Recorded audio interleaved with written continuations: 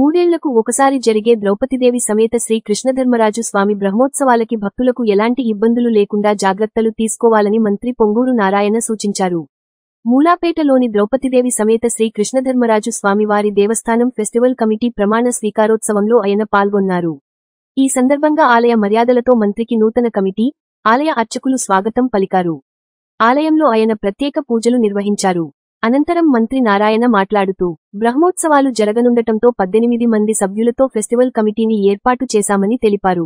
ఆలయానికి సేవలందించే వారిని కమిటీలో నియమించినట్లు వివరించారు. 3 సంవత్సరాలకు ఒకసారి జరిగే ఈ ఆలయ బ్రహ్మోత్సవాలు చాలా విశిష్టమైనవి. భక్తులు భారీగా వచ్చే అవకాశం ఉందన్నారు.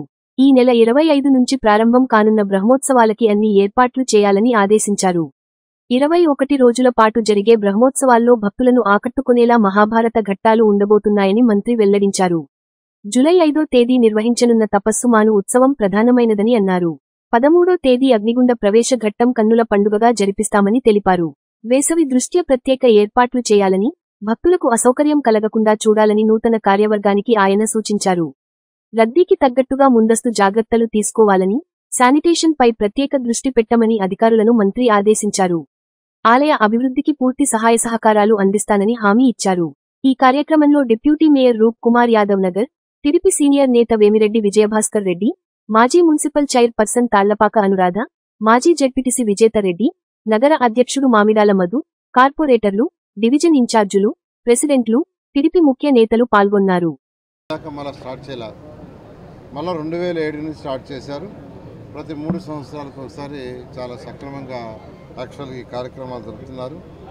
ఇక్కడ యాక్చువల్గా ఒక పెద్ద బావి ఒకటి ఉంది, నాగుల పుట్టు ఉంది. ఈ నాగుల చవితి రోజు ఈ పుట్టకైతే వేలాది మంది యాక్చువల్గా మహిళలు రావటం జరుగుతుంది. అదేవిధంగా ఈ యొక్క ఉత్సవాల్లో ఈ నెల 25వ తేదీ నుంచి వచ్చే నెల 15వ తేదీ వరకు జరిగే ఈ ఉత్సవాల్లో యాక్చువల్గా 1వ తేదీ, 5వ తేదీ, 11వ తేదీ చాలా ముఖ్యమైన దినాలుగా యాక్చువల్గా ప్రజలు భావిస్తారు. నేను అందరికీ ఒకటే చెప్పేది, ఏ కమిటీ అయితే ఇప్పుడు వేసామో ఆ 18 మంది ఈ నెల 25 నుంచి వచ్చే నెల 15వ తేదీన జరిగే ఈ ఉత్సవాల్లో ప్రజలకు ఎటువంటి ఇబ్బంది లేకుండా అన్ని సౌకర్యాలు ఉండేటట్టుగా చేయాల్సిందిగా కోరుకుంటున్నాను. అదేవిధంగా ఎలక్ట్రిసిటీ డిపార్ట్మెంట్ కావచ్చు, అదేవిధంగా మున్సిపల్ శాఖ కావచ్చు, వాళ్ళందరూ కూడా వాళ్ళ బాధ్యతలు నిర్వహించాలని, అదేవిధంగా ఇతర అధికారులు కూడా యాక్చువల్గా వాళ్ళ బాధ్యతను నిర్వహించి ప్రజలకి, భక్తులు ఎవరైతే ఉన్నారో భక్తులందరికీ ఎటువంటి ఇబ్బంది లేకుండా చేయాలని కోరుకుంటున్నాను. Thank you.